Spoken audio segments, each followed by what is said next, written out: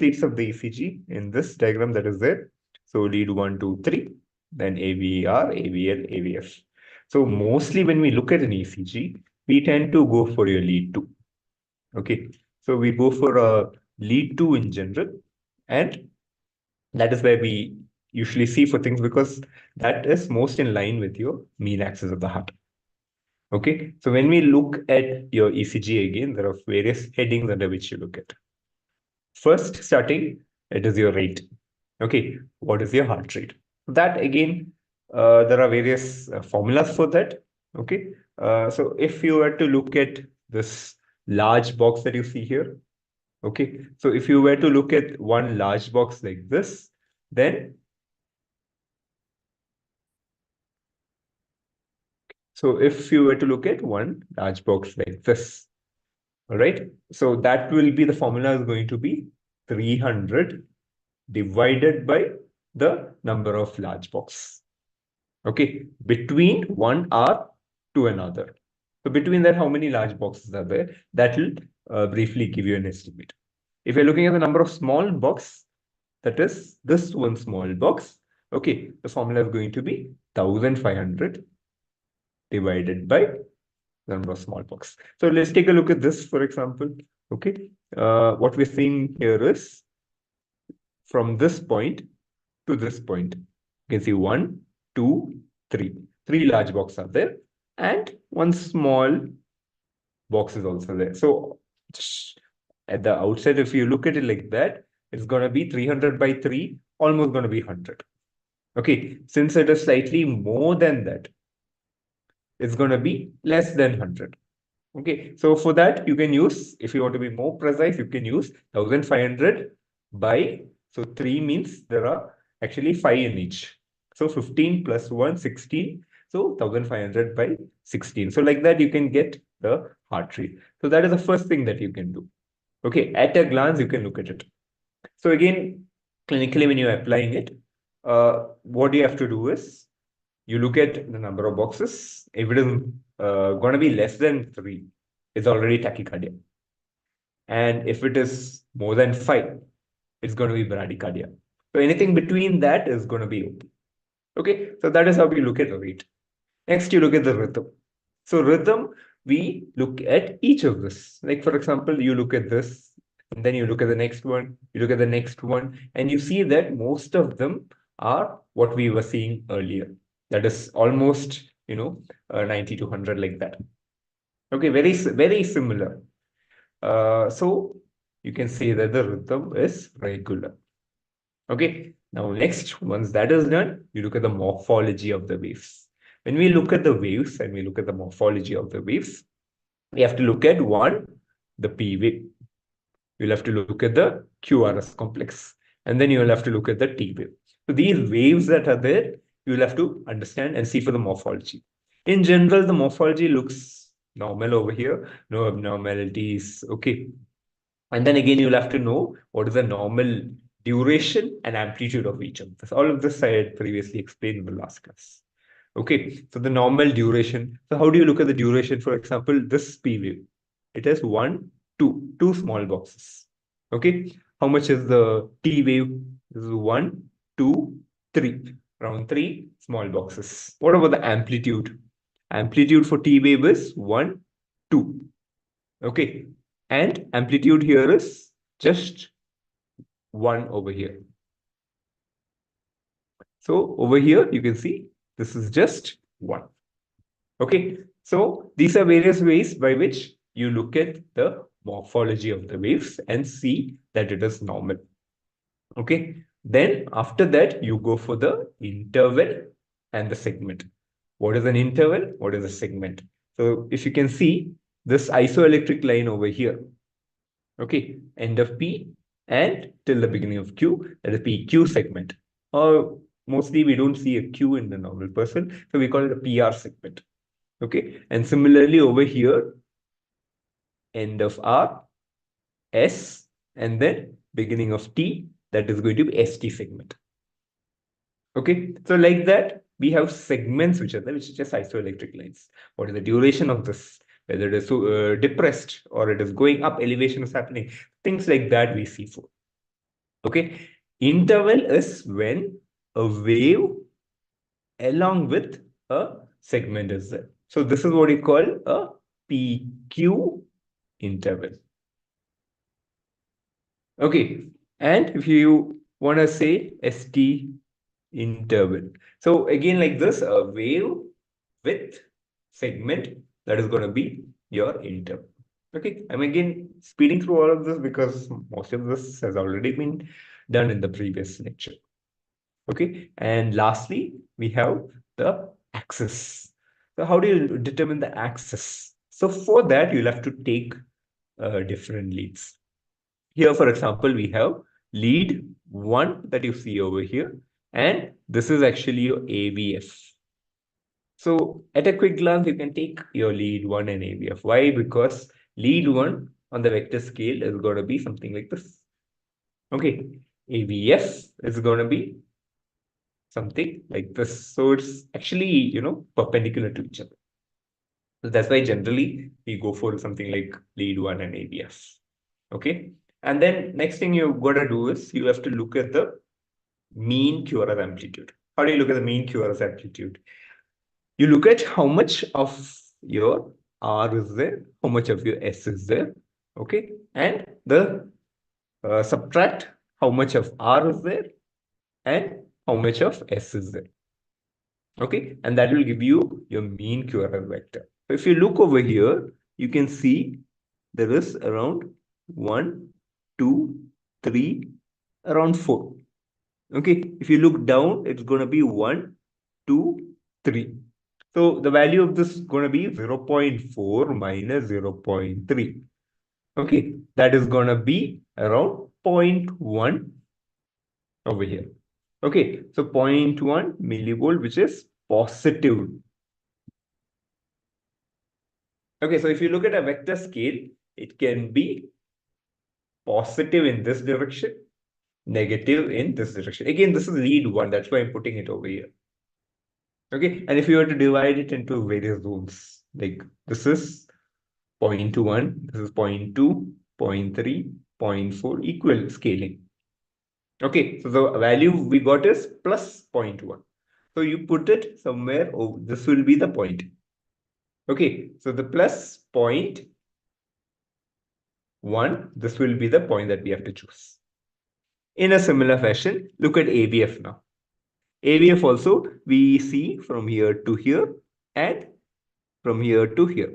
Okay, so you see here 1, 2, 3, 4, 5, 6, 7. Okay, so 0.7 minus, and we have 1, 2, 3, 4, 5, around 5. So we have 0.5.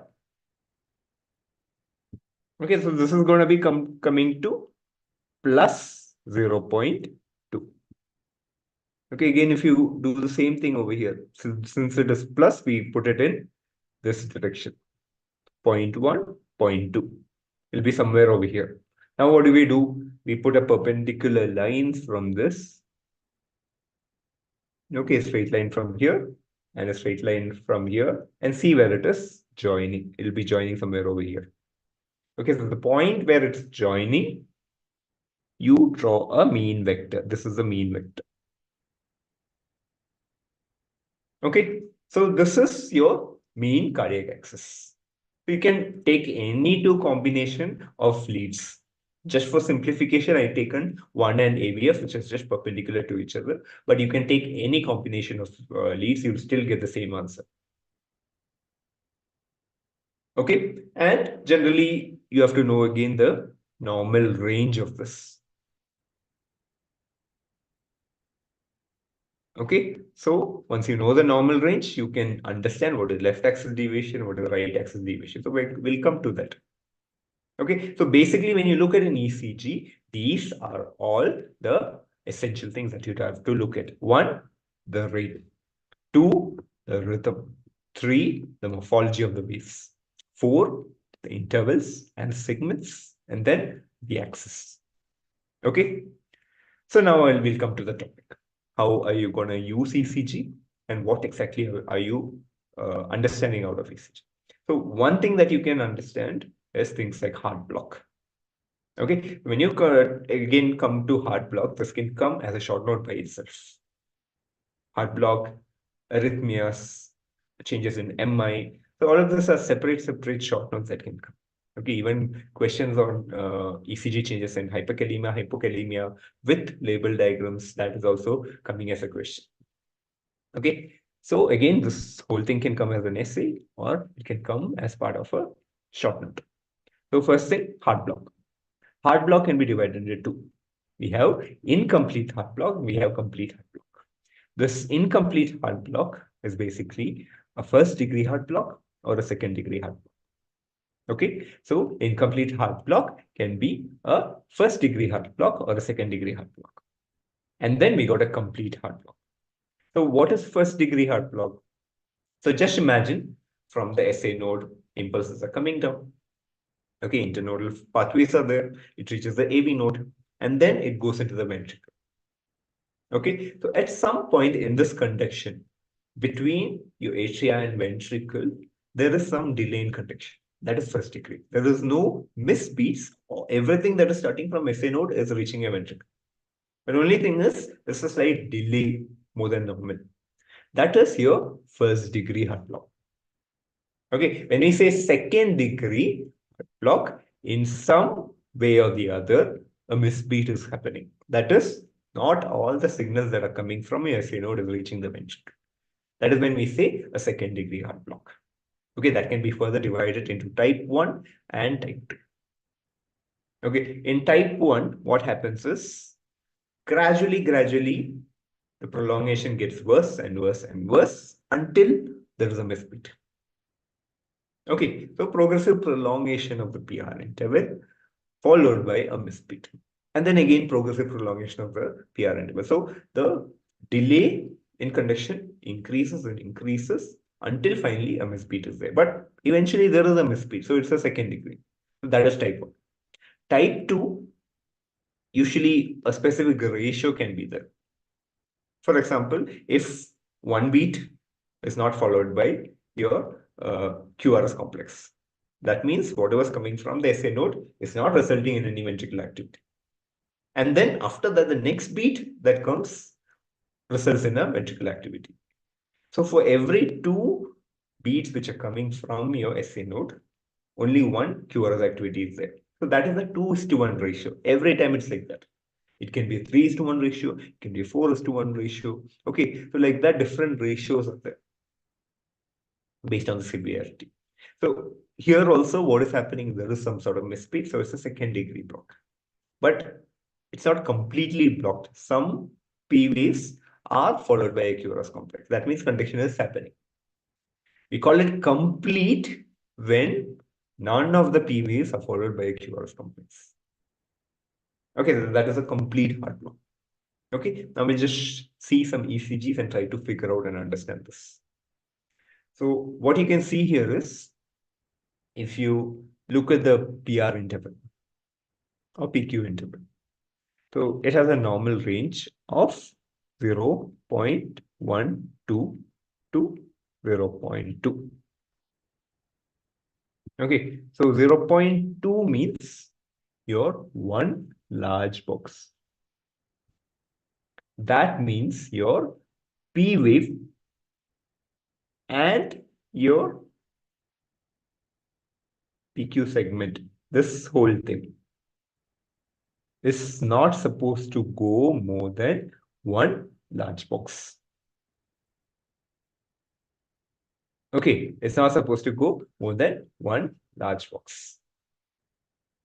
Okay, so you can see here, just from here till here, you can see it's almost like one large box, around 0.2. Okay, some places it's, can you see, it's starting here, Q is starting here, so it's going a little more than 0.2.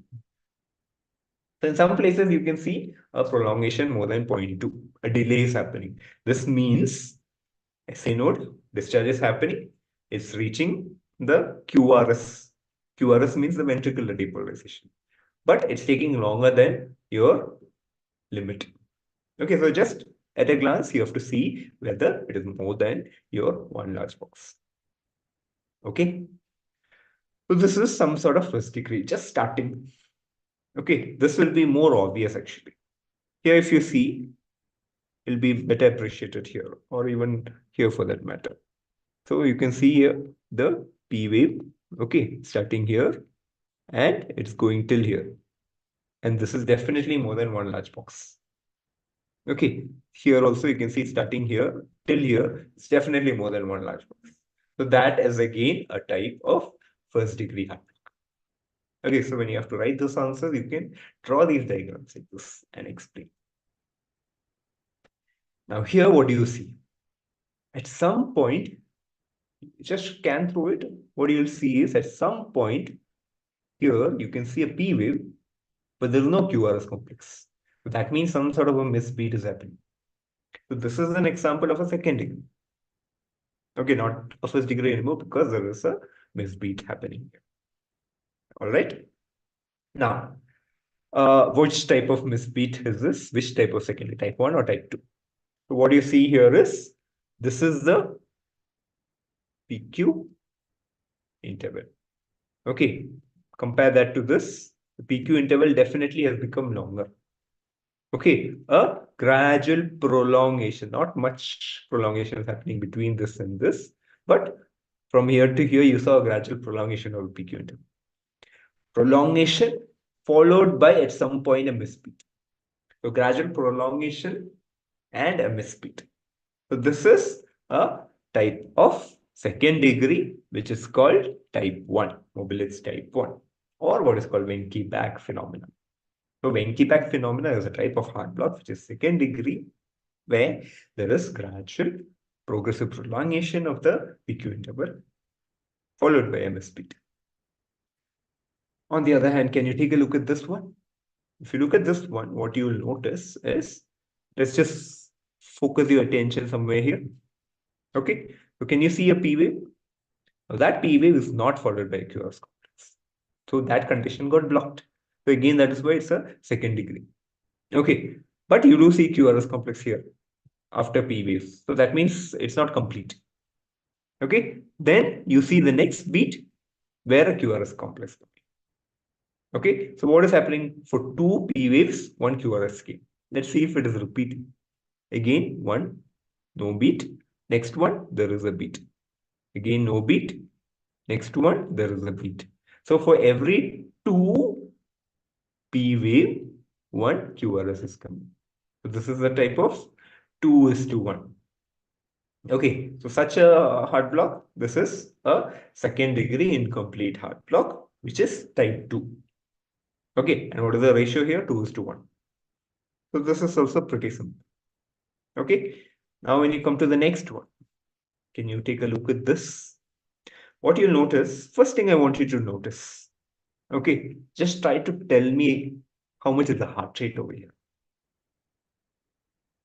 What did I tell you? The large boxes. Look at the large boxes. If you look at the number of large boxes which are there, this is like 1, 2, 3, 4, 5, 6, 7, 8, 9, 10, 11. Okay, for the sake of easiness, let's just say it's 10. 300 by 10 is going to be 30. Okay, imagine a heart rate as low as 30. And if it's more than that, it's going to be less than that. This heart rate is even less than your 30. Okay, so that is one first point that you have to notice. Second thing that I want you to notice is, look at the P waves and look at the QRS complex. You see that, see, this is a P wave and this is a QRS. Looks pretty okay, normal. Okay, how you normally see. But then you see here, the P wave is here, QRS is in. It could look like, okay, prolongation is happening. But now you see here, now you see here, okay, now you see here. So it's very, vague. There's no correlation between your P wave and QRS. Okay, but if you look at the rate, it's always pretty much the same. Each time, it's almost pretty much the same. So what you have to understand is, there is no correlation. First of all, rate is very low. And there is no correlation between your P waves and your QRS complex. Okay, so what you have to understand here is P waves are acting, but none of the P waves are followed by a proper QRS complex. Okay, none of it is getting transmitted down. And because that didn't happen, some source from the ventricle only started the pacemaker activity. But since the pacemaker rate in your ventricle is much lower, usually 30, 35 around. Okay, here you can see it's much lower than that. So the rate has gone down because the new pacemaker activity is coming from your ventricle for your QRS complex. And none of the SA nodal discharge is actually resulting in a QRS complex activation. So this is what we call idioventricular rhythm. What it means is your ventricle is having its own pacemaker rhythm regardless of what is happening on top. Idioventricle by itself. Okay, so such a thing that you see is your complete heart block. One, the rate is going to be less. That means pacemaker activity is somewhere in the ventricle. Two, there is not much correlation between your P wave and your QRS complex. They seem to be acting completely by themselves. Okay, when you see things like this would denote something like a complete heart block. So that comes to the end of heart block. So heart block, we saw incomplete and complete. In incomplete, we saw first degree, second degree. Okay, second degree is further divided into type 1 and type 2. How to differentiate them, how to identify them, we've seen that. Okay, and the major thing is your PQ interval. Next is some sort of an ectopic foci. Okay, so ECGs can help us understand any sort of ectopic foci which are there. Now, the ectopic foci can arise anywhere in your atria or your ventricle. Okay, so the first thing you have to understand is it can be an atrial one or a ventricular one. Second, this foci can be just one single discharge, in which case you will see one aberration followed by a premature activity followed by a compensatory pause. Or it can repeat itself. Okay, that is when it gets problematic. Ectopics everybody can have sometimes, even if you don't sleep well, you have a lot of coffee. A normal person can also have ectopics sometimes. Okay, but when it gets repeated, that becomes problematic. Especially problematic when this ectopics rate is much higher than your normal rate. So the fastest pacemaker always takes control. Okay, so this is where you have to understand whenever there's a persistent ectopic, based on the rate of the discharge which is there, it can be divided into 3. Okay, so again, different textbooks give slightly different values for this. Okay, so I'm just going to give you some values which are there based on Ganna. But again, different textbook has slight variations in the values. Okay, so around 100 to 200, 220, some textbooks say it is tachycardia. Again, anything more than 100. Okay, 100 to 200 to 220, that is tachycardia. 200 to 350, it is called flutter. Okay, and 300, generally 300, 350 above, we say fibrillation. Okay, so two things in ectopics. One, whether it is atrial or ventricular. Two, based on the rate, it can be either tachycardia, a flutter, or a fibrillation. That is all you need to understand. Okay, first thing, how do you differentiate the atrial and a ventricular ectopic? So you can see over here, I want you to focus at this point where you see a gap in between. Okay, so that is what we call a compensatory pause. So what you can see here is you have a normal P wave, QRS complex, a T wave. That is followed by another P wave, QRS complex, T wave. Okay, so this is how it normally goes on. But can you see the distance between one T wave and another P wave? Here what happened? This P wave came much earlier than it's supposed to come. Okay, so the rates changed. So this could be because of some sort of an ectopic foci. Okay, Now, what do you see here? This is not followed by any QRS complex. Why? Because it's still refractory from this point. You have to understand your heart muscle has a long refractory period. Okay, so now depolarization and then repolarization. At this point, the next stimuli which is coming came a little earlier, and that heart is still in a refractile state. It does not result in a normal activation. Okay, and this is followed for a while where it is refractile, and then the next normal beat, whenever it comes, that is when it continues. Okay, so here what you have to understand is this, what you see here is a P wave that came. So P wave is the force of ectopic foci that came, which is followed by a compensatory pause. So this is likely to be an ectopic, which is coming from atria, foci in the atria. So this is one way you understood. The atrial ectopic is. Okay, so this is an example of an atrial ectopic. Now here also you can see a slight. Okay, so here what is happening is this T wave is coming, and in between that the P wave is coming, followed by a small compensatory pause. So again, things like this can happen. So you can understand now what you have to see is one, you see an erroneous P wave, which means foci is in the atria, followed by a compensatory pause. Compensatory pause is very important. Okay, a normal heart rhythm can sometimes get a little irregular. That doesn't mean it's an ectopic. If it is an ectopic, usually compensatory pauses they're following. So two things you have to see for. Okay, so this is an atrial ectopic. Next one, if you see, you'll understand really clearly the difference.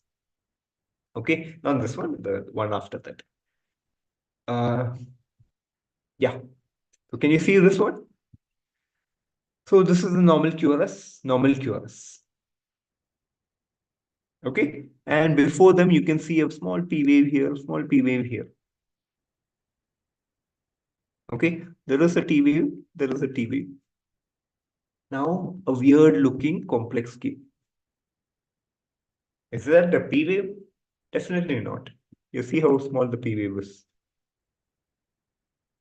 Okay, and it's a slightly broader complex. Usually, this ventricular foci, it comes with a broader complex because of the location where it is coming from. Say, for example, your heart is here, it's coming from here. Now, it does not follow the normal conductive pathway. It has to come a little different. Because of it, it becomes a little broad complex. Okay, so broad complex, weird looking, erroneous, QRS complex will come with no P wave before that. T wave though will be there. Okay, so out of the blue, a QRS complex will come and I'll have a slight compensatory pause. Okay, here you can see properly this and a compensatory pause. So this is an example of a ventricular ectopy. So you just have to understand a broad complex, QRS complex is coming, followed by a compensatory pause. This is an example of a ventricular ectopy. And you know, this is not persistent. It does not keep happening. Okay, in between it came, went. Okay, it's not like every beat is like this. Now, take a look at this. This is something very important you have to understand. Here you can see a P wave. Here also you can see this is a T wave. Okay. Here also you can see a P wave. Okay. Apart from that, here and all, it's a little difficult to understand where the P wave is. Here. Okay, looks like multiple small waves are there. Okay, so just look at the background and you'll see that multiple small waves are there, and then a QRS complex is there. T wave, multiple small waves, and then a QRS complex. This is what I call fibrillatory waves. Okay, multiple. So the rate of discharge is pretty high from the P wave, that atrial foci. The rate of discharge is much more higher. Okay, if that is high, eventually the rate of your ventricle also should happen. No? But the problem is the AV node has a limit. Beyond a particular speed, your AV node cannot pass discharges down.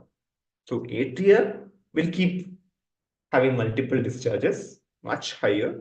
Okay, fibrillation, remember, it was more than 350 and all.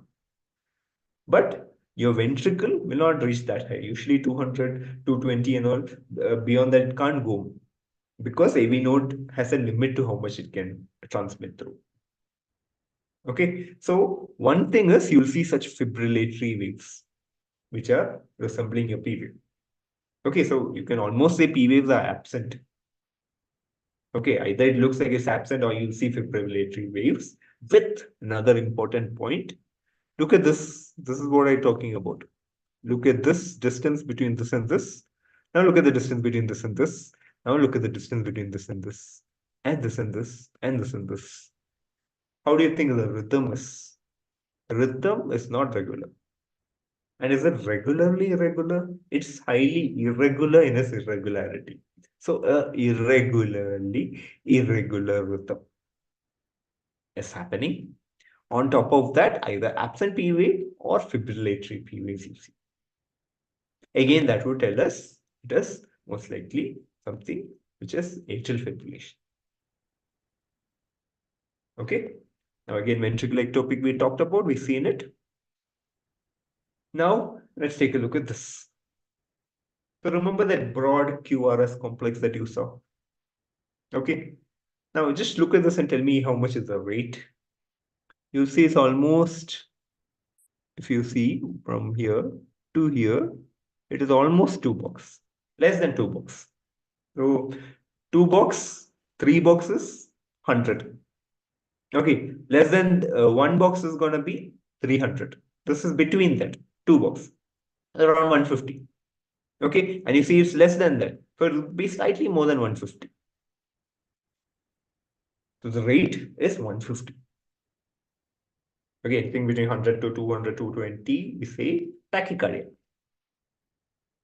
Do you see any P waves here?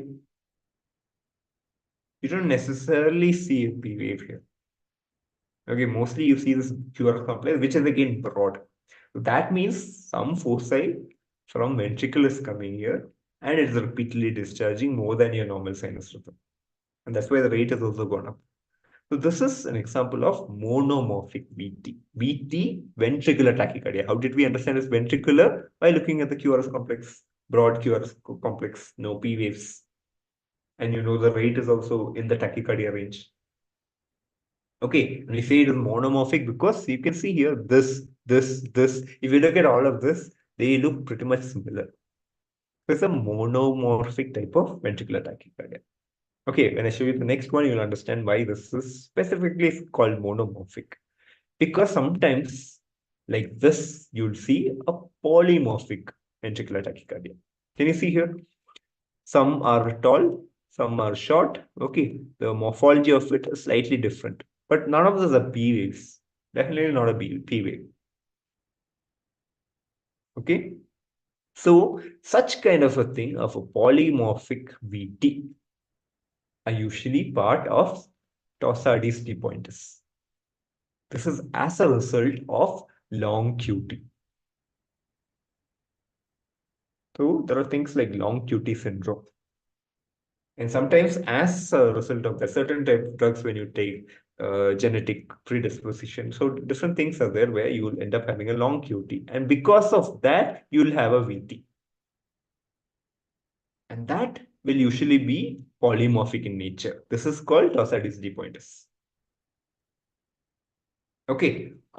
Other than that, there is a ventricular foci, which is discharging at a tachycardia rate. That will be a monomorphic VT.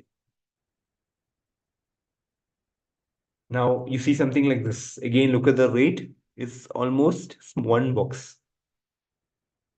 But you see these waves are little sinusoidal like this. Okay, so the rate is higher than your general tachycardia range. Okay, and this is what you call flutter. And then you can see here Now look at the distance between each. Not even 1, it's less than 1. So definitely this is less than 1, which means the rate is definitely more than 300. Definitely more than 300. Okay, so this is an example of fibrillation. But what type of fibrillation? Here the fibrillatory waves are more of a QRS. That is why it's a ventricular. So remember earlier you saw your fibrillatory P waves coming like this and then a QRS. Okay, instead here you see this QRS complex coming like this, like this, like this. So this is a ventricular fibrillation. So these are all different ways by which a ectopic from the ventricle can appear. Okay. Now take a look at this. This is again QRS complex. The QRS complex is much more broader. Okay, all of these QRS complex that you see are broader QRS complex. So this is an example of a ventricular foci. And you can see it's all looking same, so monomorphic. Look at the rate also from one point to another is definitely in the range of a tachycardia. So example of monomorphic VT. Now take a look at this, quite unlike what we saw earlier. Nice little QRS, not broad complex. So that means in this, again, can you see a P wave here? No P wave. You can see only QRS complex. So that means the foci here is not somewhere in, periphery of ventricle, but in the normal pathway only. Say, for example, AV node, somewhere on there, or the His bundle, okay, somewhere in the normal pathway, just above the ventricle, not exactly in the atria to result in a P wave, okay, like a atrial fibrillation. It's not exactly in the ventricle somewhere, okay, just between that. That is what it calls supraventricular. So you see a tachycardia like this with QRS complex, which are narrow. You say it is supraventricular, narrow complex. Okay, so like this, ectopics, whether it is a single point, whether it is an atrial or ventricular, or whether it is a tachycardia, flutter, fibrillation, so many things can be understood by looking at an ECG. Okay, next important thing is myocardial ischemia. Now, myocardial ischemia, you can see it either as an ST elevation or an ST depression. ST elevation, we usually call it STEMI. Okay, so ST elevation MI. Or you can see a ST depression. That is called non-ST elevation MI. So sometimes in case books, when you go to clinics, you'll see words like the STEMI and STEMI. How do you utilize the knowledge that you gained about ECG in identifying things? So if you look at the ECG like this, okay, already taught all of this. This direction is what is called lead 1.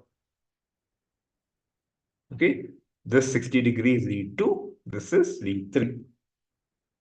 AVF is directly 90 degree down, this is AVL, AVR. Okay, so what it tells you is the directionality in this axis. In the vertical axis, the entire directionality is given by these leads. Okay, the 6 leads, which are the bipolar limb leads and the augmented unipolar limb leads. And then on top of that, you put your chest leads. This is a completely different plane. Okay, from front like this. Okay, V1 is going to be somewhere in this direction. V2, V3, V4, V5, V6. Not in this direction anymore. It's going to be in this direction. So now we have a 3-dimensional map of the heart. And what you have to understand here is lead 1, AVL, V5, V6. All of this are telling you about your left side of the heart. AVL, lead 1, V5, V6, it's all talking about the left side of the heart. So if, for example, you see a ST elevation in only these segments, means it's some sort of a left-sided problem. Instead, if you see in lead 2, lead 3, and AVF, most likely to be an inferior wall MI. Okay, somewhere here, this part in the middle, V2, V3, like that. This will talk about the anterior septal part. Sometimes combinations of this can also happen. Okay, for example, this V2, V3 with V5, V6, AVL1. So we say anterolateral. Okay, so like that, this ECG, understanding ECG will help you understand where the ischemia is, when the infarction is happening.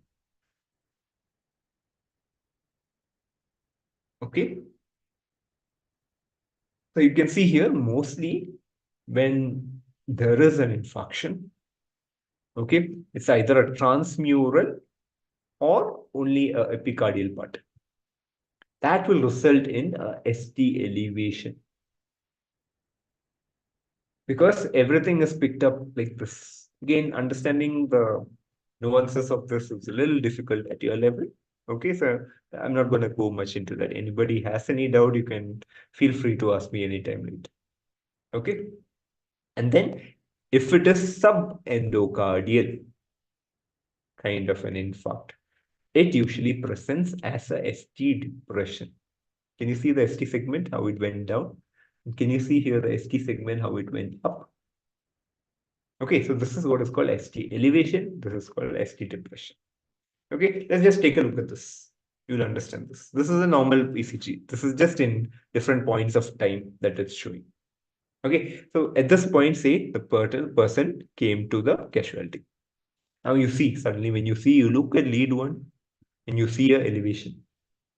If lead 1 you see an elevation, next lead you have to check for lead 1. Then you look at AVL also. You see an elevation there also. Lead 1 and AVL, if you see an elevation, you have to go for V5, V6. You see, V5, V6 also has a similar elevation. Okay. On top of that, we can see V3, V4 is also having an elevation. And generally, when these segments, okay, so whenever there is a elevation isolated, it won't happen only in one segment. If a left-sided problem is there, all of these should happen. That is one point. Okay. Second, if elevation is seen in all these points, the opposite direction facing leads will usually show a depression. Can you see that? So the elevation in left-sided leads and depression in all the other leads. Okay, so this is a STEMI because ST elevation is there, and this is mostly in the left-sided leads. Another example. Can you see a huge ST elevation here? Which is this lead 2. Lead 2 you see, next is lead 3 you have to look at. Lead 3 is also having that. Lead 2 and 3, if it is there, you next look at AVF. AVF also has, which means inferior wall MI is there. Okay, and the opposite ones, can you see here, here, and all, you see ST depression. So we got a diagnosis. This is an inferior wall MI. Okay, what type? STEMI again. Now, can you see this one? Here, you don't generally see any elevations, but you see ST depressions here, ST depression here, ST depression here. Okay, so you see ST depressions in different places. And it is not like, any particular foci, like left-sided, right-sided. It's there in a lot of places. Okay, so this is more widespread, and this is the end STEMI. But again, you see, you have to again look at the symptomatology of the patient, because sometimes in hypokalemia also you can see a side ST depression with T wave inversion, like you see over here. Again, clinically you have to assess the patient also, but you understand what I'm trying to say. End STEMI, a depression is there. Okay, so like this, different types and where it is impacting, you can understand. Next is electrolyte disturbance, either a hyperkalemia or hypokalemia. Okay, so this is how it looks, a normal tracing. Okay, now from here, a hyperkalemia is starting. This normal range is going to be around, we say 3.5 to 5.5 milliequivalent per liter. It starts increasing within your 7 milliequivalent liter. Okay. Now, at this point, what you'll see is, can you see the T wave? T wave has become tall and peaked. Not broad, peaked. Okay, so to call it a tall T wave, usually we say more than 2/3. You look at the QRS complex. That QRS complex, 2/3 of it you take. 2/3 of the QRS complex, usually more than that it becomes. Okay, so what you see here is a slender and peak T wave. You see in hyperkalemia. Now this gets worse. This value of potassium increases beyond and goes to 8.5. Beyond that, you see not only a tall peak wave, with that, you see, can you see the QRS complex? It becomes broad. So conduction problems is happening. On top of that, where is the P wave? There is no P wave. Okay, so initially there is going to be a tall peak T wave. If it gets worse, broad QRS complex and absence of P wave. So these are the changes that happen with hyperkalemia. Just take a look at this. This is one of the cases from our casualty. So you can see here, this is the QRS complex. More than 2/3 of that QRS complex. Can you see this one? Okay, so everywhere you can see a tall peak T wave, which is there. Okay, so you see this in hyperkalemia like this. All right. What about in hypokalemia? In hypokalemia, what is going to happen? As I was just telling you earlier. Initially, less than 3.5. Okay. It starts to result in a ST segment depression and a, can you see a ST segment depression? Okay, so this is the initial point. And a prominent U wave might be there. So T wave followed by a U wave and a ST segment depression. So this is what you see in hypokalemia. Hypokalemia gets worse. Now ST depression, see the T wave will now become inverted. And you see a prominent U wave.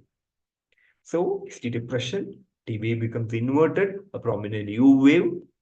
There are still more things. Can you see this?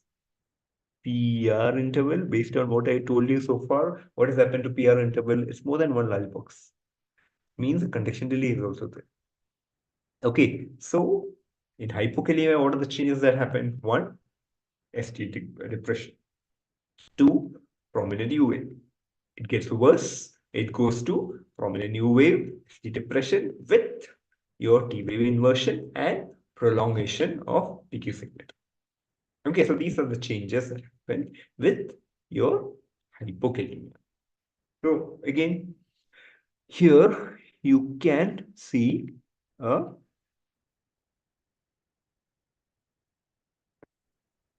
like this ST segment depression is happening. Okay, ST segment depression is happening. On top of the T wave inversion is happening. Okay, and you'll see a U wave which is here. Okay, you can't see much of a still is PR interval. Can you see? Around 0.2 it's coming to. Okay, here you can see it's slightly more than actually 0.2. So these are the changes that happen here. Next, other things. So at least till whatever I taught you so far, it is very important. MI can come as separate short note. Heart block can come as separate short note. Arrhythmias can come as separate short note. Okay, or part of an essay. Now these things, even if you can't remember, it's still okay. But if a question of uses of ECG comes, adding this will give you fetch you higher marks. Okay, next is bundle branch block. So the branches which are coming from his bundle go into a left and right. Left bundle, right bundle. So sometimes a bundle can be affected. A block can happen only in a particular bundle. Okay, that is the left bundle branch block or right bundle branch block. So how do you identify this? For that, you use your chest leads, V1 to V6. Generally, what you see is in V1, what is the directionality of V1? V1 is towards this side. Which part of your ventricle is towards this side? Your right ventricle. Okay, and your left is away from it. So whatever activity of your left part, left ventricle is much more bigger than your right. Okay, so in V1, when you look at it, generally you see that the R wave is small, S wave is big. Okay, here actually the S wave is big because the left ventricle is much more large. And that is in the opposite direction of this. Okay, so actually the large S wave is denoting your left ventricle. But by the time you reach V6, by that point V1, V2, V3, V4, V6. Okay, so here it's taking impulses from your left part of the heart, which is much bigger. Here, what you'll see, R wave will be positive. So this is a normal R wave progression. We call it R wave progression. From V1 to V6, R wave keeps increasing and the S wave becomes smaller. This is what we normally see. Okay, now this pattern has slight abnormalities. We see that in V1, there might be R, S, and another small extra positive, which usually is not there. Okay, this is the point where ST segment should come. Instead, now an extra erroneous R wave is positive wave is there, which is called R dash. So this is a pattern which is called R dash pattern in V1.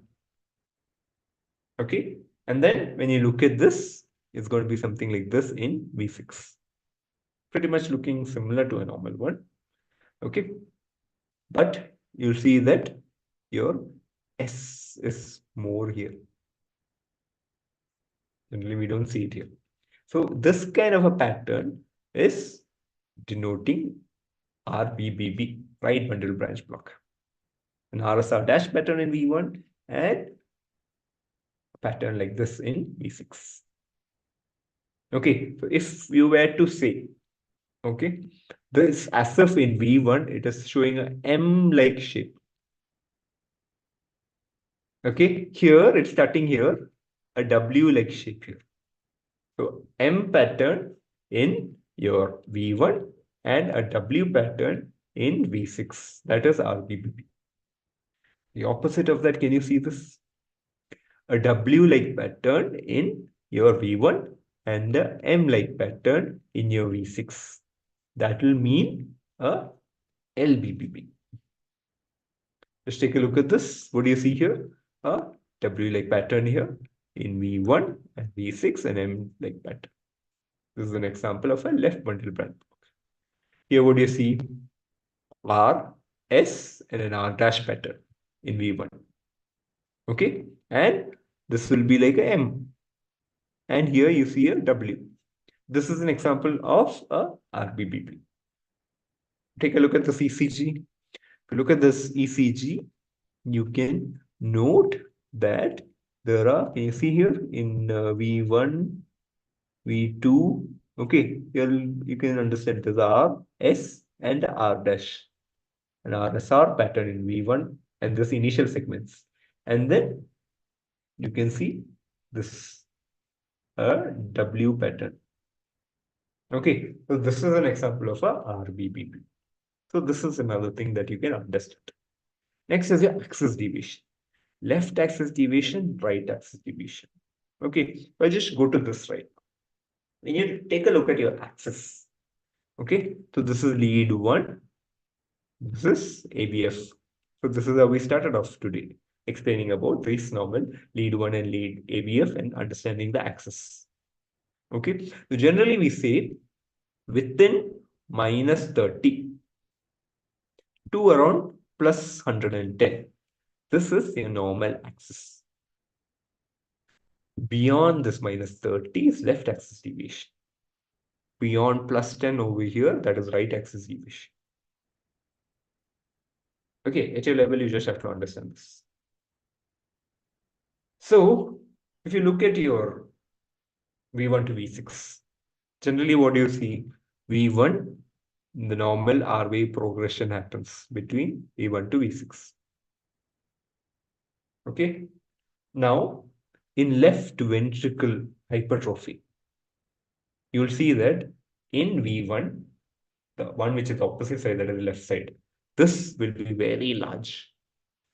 And by the time you reach V6, this also will be very large. So you see something like this, that means left ventricle is hypertrophied.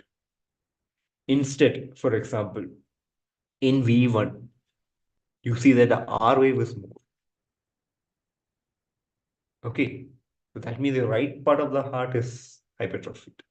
And V6, generally, you don't see your S wave much, but here you see an S wave also. So here also, this is right ventricle is hypertrophied. Okay, so to put it shortly, if you were to suddenly look at a ECG, you look at lead 1, lead AVF. If both are positive, this is in the positive side, this is also in the positive side, definitely it's going to be between these two, the mean axis. So it is normal axis. In lead 1, it is positive mean QRS, lead AVF is also positive. Instead, if you see that in lead 1, it is positive, but AVF, it is negative, which means it will be somewhere in this direction. So the mean QRS is going to be somewhere like this. You understand what I'm saying? Okay. So your mean QRS now likely to be a left axis deviation. Now taken the other scenario. Lead AVF is positive, but lead 1 is negative, which means it's likely to be a right axis deviation. Instead, it is negative in both lead 1 and AVF. It will be an extreme axis deviation. So at a quick glance also, you can understand all of these things.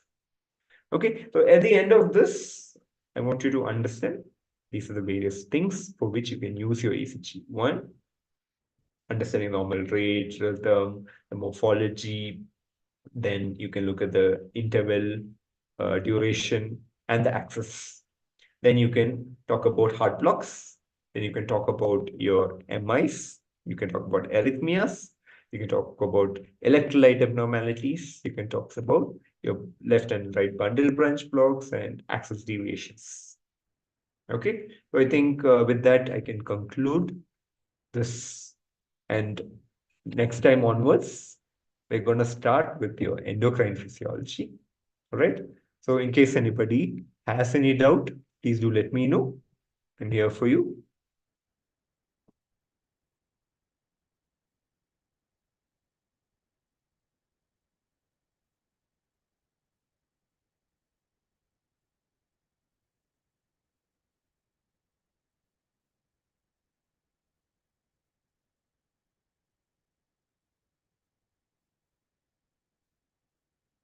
Okay, so I'll just take this time to tell you a little bit about the app Auricle. So Auricle has one live class sessions like the one you're attending. They are recorded classes for the entire MBBS course. We have notes as well, a comprehensive list of notes for all of these. And MCQs are also there, which are at various difficulty, beginner level to expert level. Okay. And if you want, there are book a slot session in case you feel like you cannot ask any doubts. Okay, you're feeling shy, you need a more personalized approach. You can ask for personalized counseling sessions in their website. And we completed with a series on ECG. And these are various subscription plans which are available. And you can use my code DR Shakthi20 for discount on subscription. Okay, so again, see you next time. If any doubts are there, please do let me know.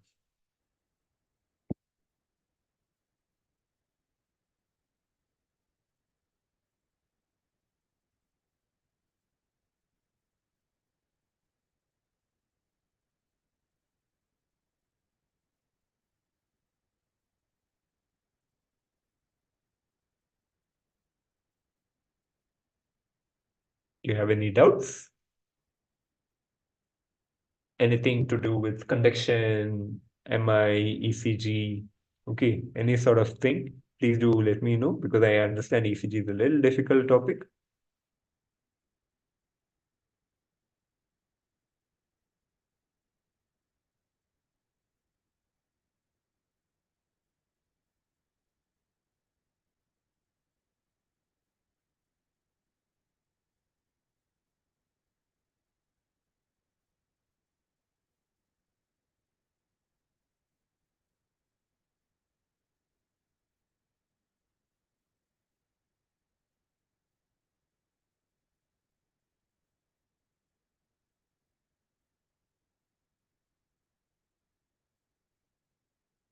Okay, so I guess if there's no other doubt, we can stop the class. But I'd also like to know about the students, like where you're from, which college you're from. I'll have an idea if anybody's still there, and what exactly you'd expect me to cover, how you want me to take class, for example, because we'll be starting with the endocrine physiology from next time. Okay, in case you feel like, things a little complicated and going too in depth, I can dumb it up a bit also. So I just would like your feedback as well.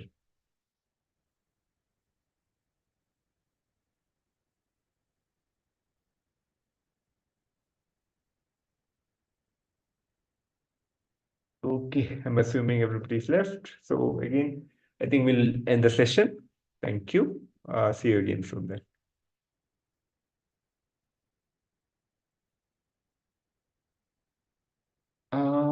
Okay. Nice to meet you, Bhavya. NRI Medical Science. That's nice. I hope this is in Andhra, or so. Like, how do you want me to take a class? Okay. So am I going like too in depth for you, or do you think I should, like, be a little more less in depth? Because what I'm planning to do is try to teach you things that you generally not hear in classes, give you that extra information, little conceptual things for you to understand things. So is it okay if I continue like this, even for the endocrine physiology? All right, that's good to know. Okay, then, nice seeing you all. Okay, if you have any doubt, please uh, don't have to feel shy to approach me. Okay, so we'll see you next time then.